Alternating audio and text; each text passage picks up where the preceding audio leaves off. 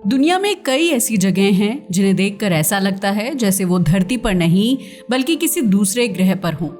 लेकिन अगर मैं आपसे कहूं कि इस धरती पर एक ऐसा रेगिस्तान है जहां लगभग 900 साल पुराने पेड़ आज भी बिना गिरे खड़े हैं, जहां कभी एक आधुनिक शहर हुआ करता था लेकिन आज उसके घर रेत में धीरे धीरे दफन हो रहे हैं, और जहां समुद्र के किनारे सैकड़ों जहाज हमेशा के लिए फंस चुके हैं, तो शायद इस पर यकीन करना आसान नहीं होगा।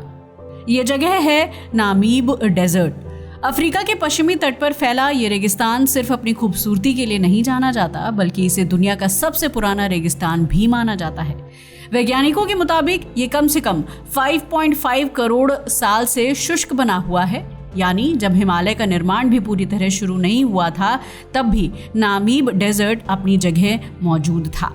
करीब 2000 किलोमीटर लंबा ये रेगिस्तान नामीबिया, अंगोला और साउथ अफ्रीका के कुछ हिस्सों तक फैला है। यहाँ दुनिया के सबसे ऊंचे सैंड ड्यून्स हैं जिनकी ऊंचाई 300 मीटर से भी ज्यादा हो सकती है। लेकिन नामीब डेजर्ट की असली कहानी सिर्फ रेत की नहीं है। यहाँ प्रकृति ने ऐसे ऐसे प्रयोग किए हैं जिन्हें देखकर वैज्ञानिक भी हैरान रह जाते हैं। इस रेगिस्तान के बीचों बीच एक ऐसी जगह है जिसे डेड फ्ले कहा जाता है। दूर से देखने पर यह एक साधारण सफेद मैदान जैसा लगता है, लेकिन जैसे जैसे आप इसके करीब पहुंचते हैं आपके सामने ऐसा दृश्य आता है जिसे देखकर कुछ पल के लिए कोई भी शांत हो जाए। सफेद जमीन के बीच दर्जनों काले पेड़ खड़े दिखाई देते हैं। उनमें ना कोई पत्ता है, ना हरियाली, ना जीवन का कोई संकेत। पहली नजर में ऐसा लगता है जैसे ये पेड़ कुछ समय पहले ही सूखे हों, लेकिन सच्चाई इससे कहीं ज्यादा हैरान करने वाली है। माना जाता है कि ये कैमल थॉर्न ट्रीज लगभग 800 से 900 साल पुराने हैं। सबसे बड़ा सवाल ये है कि अगर ये इतने पुराने हैं तो अब तक गिरे क्यों नहीं? इसका जवाब हमें हजारों साल पीछे ले जाता है। कभी इस इलाके से साउ खाब रिवर बहती थी। नदी के किनारे पानी था, इसलिए यहाँ पेड़ उगाए और धीरे धीरे एक छोटा सा जंगल बन गया। लेकिन समय के साथ आसपास की विशाल सैंड ड्यून्स हवा के कारण धीरे धीरे आगे बढ़ने लगी। आखिरकार उन्होंने नदी का रास्ता पूरी तरह बंद कर दिया। नदी का पानी रुक गया, जमीन सूख गई, पेड़ों को पानी मिलना बंद हो गया और कुछ ही वर्षों में पूरा जंगल मर गया। सामान्य तौर पर किसी भी जगह सूखा पेड़ कुछ वर्षों में सड़कर गिर जाता है, लेकिन डेड फ्ले में ऐसा नहीं हुआ। यहाँ का मौसम इतना शुष्क है कि हवा में नमी लगभग नहीं के बराबर रहती है। दिन में तेज धूप, लगातार पड़ने वाली यूवी रेडिएशन और सड़न पैदा करने वाले सूक्ष्म जीवों की बेहद कम संख्या ने इन पेड़ों को प्राकृतिक रूप से सुरक्षित कर दिया। वो सड़े नहीं बल्कि समय के साथ काले पड़ गए और आज भी उसी जगह खड़े हैं जहां सदियों पहले थे। यही वजह है कि डेड फ्ले आज दुनिया की सबसे अनोखी प्राकृतिक जगहों में गिना जाता है। सफेद नमक जैसी जमीन, उसके ऊपर खड़े काले पेड़ और चारों तरफ आग की तरह चमकती लाल सैंड ड्यून्स। ये दृश्य इतना अलग है कि कई लोग पहली बार तस्वीर देखकर इसे कंप्यूटर से बनाई गई इमेज समझ लेते हैं। हर साल दुनिया भर से फोटोग्राफर यहाँ सिर्फ कुछ मिनट्स की उस रोशनी को कैद करने आते हैं जब सूर्योदय या सूर्यास्त के समय लाल रेत, सफेद जमीन और काले पेड़ों का रंग एक साथ दिखाई देता है। लेकिन अगर आपको लगता है कि नामीब डेजर्ट का सबसे बड़ा रहस्य यही है, तो अभी कहानी की शुरुआत ही हुई है। इस रेगिस्तान में एक ऐसी जगह भी है जहां कभी लोगों की हंसी सुनाई देती थी। बच्चे स्कूल जाते थे, थिएटर में फिल्में दिखाई जाती थी और शाम को लोग बाउलिंग खेलते थे। आज वहां सिर्फ सन्नाटा है। उस शहर का नाम है कोलमांस्कॉप। आज ये दुनिया के सबसे मशहूर घोस्ट टाउन्स में गिना जाता है, लेकिन करीब 100 साल पहले इसकी पहचान बिल्कुल अलग थी। साल 1908 में यहाँ रेलवे लाइन पर काम कर रहे एक मजदूर को रेत में एक चमकता हुआ पत्थर मिला। पहले तो किसी ने उस पर ज्यादा ध्यान नहीं दिया, लेकिन जांच में पता चला कि वो एक डायमंड था। बस यहीं से सब कुछ बदल गया। ये खबर जंगल की आग की तरह फैल गई। कुछ ही वर्षों में हजारों लोग यहाँ पहुंच गए। डायमंड माइनिंग शुरू हुई और देखते ही देखते कोलमांस्कॉप रेगिस्तान के बीच बसा एक बेहद अमीर शहर बन गया। उस समय कोलमांस्कॉप में ऐसी सुविधाएं थीं जिनकी उस दौर में रेगिस्तान के बीच कल्पना भी नहीं की जा सकती थी। यहाँ बिजली, आधुनिक अस्पताल, स्कूल, थिएटर, कसिनो और यहाँ तक कि आइस फैक्ट्री भी थी, ताकि भीषण गर्मी के बीच लोगों को बर्फ उपलब्ध कराई जा सके। उस समय ये शहर अफ्रीका के सबसे आधुनिक और समृद्ध शहरों में गिना जाता था। उस दौर में जब अफ्रीका के कई इलाकों में आधुनिक सुविधाएं नहीं थीं, तब नामीब डेजर्ट के बीच ये छोटा सा शहर विलासिता की मिसाल बन चुका था। लेकिन ये चमक हमेशा नहीं रही। कुछ वर्षों बाद दक्षिण की तरफ इससे भी बड़े डायमंड डिपॉजिट्स खोज लिए गए। माइनिंग कंपनीज ने अपना ध्यान नई जगहों पर लगा दिया। धीरे धीरे लोग भी कोलमानस्कॉप छोड़कर जाने लगे। किसी युद्ध ने इस शहर को खत्म नहीं किया, किसी भूकंप या बाढ़ ने इसे नहीं उजाड़ा।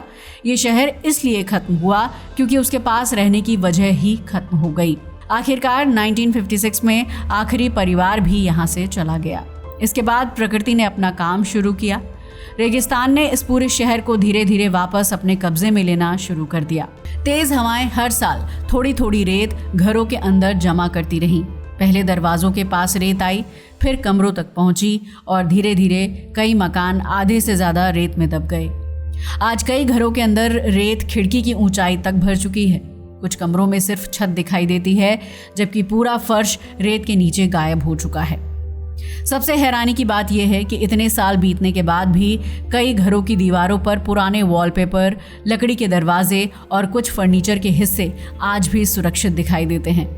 ऐसा लगता है जैसे घर के मालिक कुछ देर के लिए बाहर गए हों और किसी भी समय वापस लौट आएंगे, लेकिन वो कभी नहीं लौटे।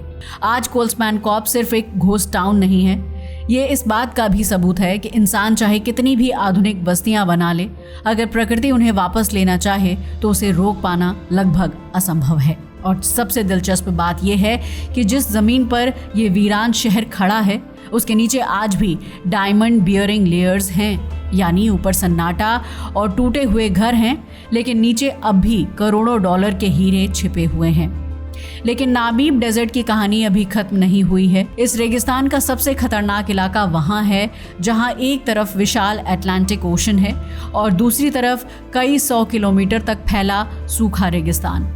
पहली नज़र में ये जगह बेहद खूबसूरत दिखाई देती है, लेकिन सदियों तक समुद्री यात्रियों के लिए यही इलाका मौत का दूसरा नाम था। इसी जगह को दुनिया स्केलेटन कोस्ट के नाम से जानती है। नाम सुनकर ही अंदाजा लगाया जा सकता है कि यह जगह कितनी रहस्यमय होगी, लेकिन इसकी असली कहानी किसी फिल्म से भी ज्यादा डरावनी है। नामीबिया के उत्तरी तट पर फैला ये इलाका लगभग 500 किलोमीटर लंबा है। पुराने समय में यहाँ आने वाले नाविक इसे गेटवे टू हेल यानी नर्क का द्वार कहा करते थे, क्योंकि अगर कोई जहाज यहाँ फंस गया तो उसके बचने की संभावना बहुत कम रह जाती थी। सबसे बड़ी वजह थी बैंगेला करंट। ये दक्षिण से आने वाली एक बेहद ठंडी समुद्री धारा है। जब इसकी ठंडी हवा अपेक्षाकृत गर्म वातावरण से मिलती है तो समुद्र के ऊपर बहुत घना फॉग बन जाता है। कई बार हालात ऐसे होते थे कि जहाज के सामने सिर्फ कुछ मीटर तक ही दिखाई देता था। ऐसे में कप्तान को ये पता ही नहीं चलता था कि आगे चट्टान है, उथला समुद्र है या रेतीला किनारा। नतीजा ये होता कि जहाज सीधे चट्टानों या रेत से टकरा जाता और कुछ ही मिनट्स में पूरी यात्रा खत्म हो जाती। लेकिन असली मुश्किल जहाज टूटने के बाद शुरू होती थी। जो लोग किसी तरह तैरकर किनारे तक पहुंच भी जाते, उनके सामने एक और बड़ी चुनौती खड़ी होती। एक तरफ बर्फ जैसा ठंडा अटलांटिक ओशन, दूसरी तरफ सैकड़ों किलोमीटर तक फैला नामीब डेजर्ट था, जहां पीने का पानी नहीं था, पेड़ पौधे लगभग नहीं थे और दूर दूर तक कोई बस्ती या रास्ता भी नहीं था। ऐसे हालात में जो लोग जहाज से बचकर किनारे तक पहुंचते थे, उनके लिए वहां से जिंदा निकल पाना लगभग असंभव हो जाता था। ऐसी परिस्थिति में अधिकतर लोग समुद्र से तो बच जाते थे, लेकिन रेगिस्तान से नहीं बच पाते थे। यही कारण है कि स्केलेटन कोस्ट सदियों तक दुनिया के सबसे खतरनाक समुद्री तटों में गिनी जाती रही। आज भी इस तट पर कई पुराने जहाज़ों के ढांचे दिखाई देते हैं। कुछ आधे समुद्र में पड़े हैं, जबकि कुछ रेत में लगभग पूरी तरह दब चुके हैं। दूर से देखने पर ऐसा लगता है जैसे रेगिस्तान धीरे धीरे समुद्र को भी अपने अंदर समा रहा हो। लेकिन इस तट ने वैज्ञानिकों को सिर्फ जहाज़ों के अवशेष ही नहीं दिए। साल 2008 में डायमंड माइनिंग के दौरान मजदूरों को रेत के नीचे एक लकड़ी का जहाज मिला। जब उसकी जांच हुई तो पता चला कि ये लगभग 500 साल पुराना पोर्टुगीज शिप बॉम जीसस था, जो 16वीं शताब्दी में समुद्र में गायब हो गया था। सबसे हैरानी की बात यह थी कि जहाज के अंदर रखा सामान भी काफी हद तक सुरक्षित था। उसमें copper ingots, gold coins, Ivory और कई ऐतिहासिक वस्तुएं मिली। वैज्ञानिकों का मानना है कि नामीब डेजर्ट की सूखी रेत ने इस जहाज को एक प्राकृतिक टाइम कैप्सूल की तरह सुरक्षित रखा। लेकिन इससे एक और सवाल पैदा होता है, अगर 500 साल पुराना एक जहाज मिल सकता है तो क्या रेत के नीचे ऐसे और भी जहाज दबे हो सकते हैं? इस सवाल का जवाब आज भी किसी के पास नहीं है। अब अगर आप नामीब डेजर्ट की तस्वीरें देखें तो एक चीज तुरंत आपका ध्यान खींचेगी, यहाँ की विशाल लाल सैंड ड्यून्स। दुनिया के सबसे प्रसिद्ध टीलों में ड्यून 45 और बिग डैडी का नाम सबसे ऊपर आता है। इनमें से कुछ टीलों की ऊंचाई 300 मीटर से भी ज्यादा है, लेकिन इन्हें खास सिर्फ इनकी ऊंचाई नहीं बनाती, इनका गहरा लाल रंग इन्हें पूरी दुनिया में अलग पहचान देता है। असल में रेत के हर छोटे कण पर आयरन ऑक्साइड की बहुत पतली परत होती है। लाखों साल तक हवा और ऑक्सीजन के संपर्क में रहने से ये परत धीरे धीरे और गहरी होती जाती है। यही वजह है कि नामीब डेजर्ट की रेत सामान्य रेगिस्तानों की तरह पीली नहीं बल्कि लाल और नारंगी दिखाई देती है। दिन के अलग अलग समय में इन टीलों का रंग भी बदलता रहता है। सुबह की पहली धूप में ये सुनहरे दिखाई देते हैं, दोपहर में इनका रंग हल्का भूरा हो जाता है और शाम के समय ऐसा लगता है जैसे पूरी रेत आग की तरह चमक रही हो। यही दृश्य देखने के लिए दुनिया भर से फोटोग्राफर सूरज निकलने से पहले ही इन ऊंचे टीलों पर चढ़ जाते हैं। लेकिन नामीब डेजर्ट सिर्फ सूखी रेत का समुद्र नहीं है, यहाँ जीवन भी है। और सबसे हैरानी की बात यह है कि यहाँ का जीवन बारिश पर नहीं बल्कि फॉग पर निर्भर करता है। नामीब डेजर्ट में कई जगह पूरे साल में मुश्किल से कुछ मिलीमीटर बारिश होती है। ऐसे में सवाल उठता है कि यहाँ पौधे और जानवर जिंदा कैसे रहते हैं? इसका जवाब फिर से बैनगेला करंट में छिपा है। रात के समय समुद्र से उठने वाला घना फॉग लगभग 50 से 60 किलोमीटर अंदर तक पहुंच जाता है। यही फॉग इस पूरे रेगिस्तान की लाइफलाइन है। यहाँ मिलने वाला वेलविचिया प्लांट पूरी दुनिया में सिर्फ इसी इलाके में पाया जाता है। ये पृथ्वी के सबसे अनोखे पौधों में से एक माना जाता है। इसकी उम्र लगभग 2000 साल तक हो सकती है। सबसे दिलचस्प बात यह है कि इसके पूरे जीवन में सिर्फ 2 पत्ते निकलते हैं। समय के साथ यही पत्ते लगातार बढ़ते रहते हैं। तेज हवा उन्हें कई हिस्सों में फाड़ देती है, इसलिए दूर से देखने पर लगता है कि वहाँ सूखी घास का ढेर पड़ा है, लेकिन वास्तव में वो हजारों साल पुराना जीवित पौधा होता है। ये अपनी जरूरत का अधिकांश पानी बारिश से नहीं बल्कि फॉग और जमीन की हल्की नमी से लेता है। इसी तरह यहाँ रहने वाला प्रसिद्ध फॉग बीटल भी पानी इकट्ठा करने का अनोखा तरीका अपनाता है। सुबह के समय ये अपने शरीर को एक खास कोण पर खड़ा कर देता है। फॉग की छोटी छोटी बूंदें उसके शरीर पर जमा होती हैं और फिर धीरे धीरे उसके मुंह तक पहुंच जाती हैं। यानी बिना किसी नदी, झील या बारिश के ये छोटा सा जीव सिर्फ हवा से अपना पानी इकट्ठा कर लेता है। इस तकनीक ने वैज्ञानिकों का भी ध्यान खींचा। आज कई शोधकर्ता ऐसे वाटर कलेक्शन सरफेसेस विकसित कर रहे हैं जो फॉग से पानी इकट्ठा कर सके।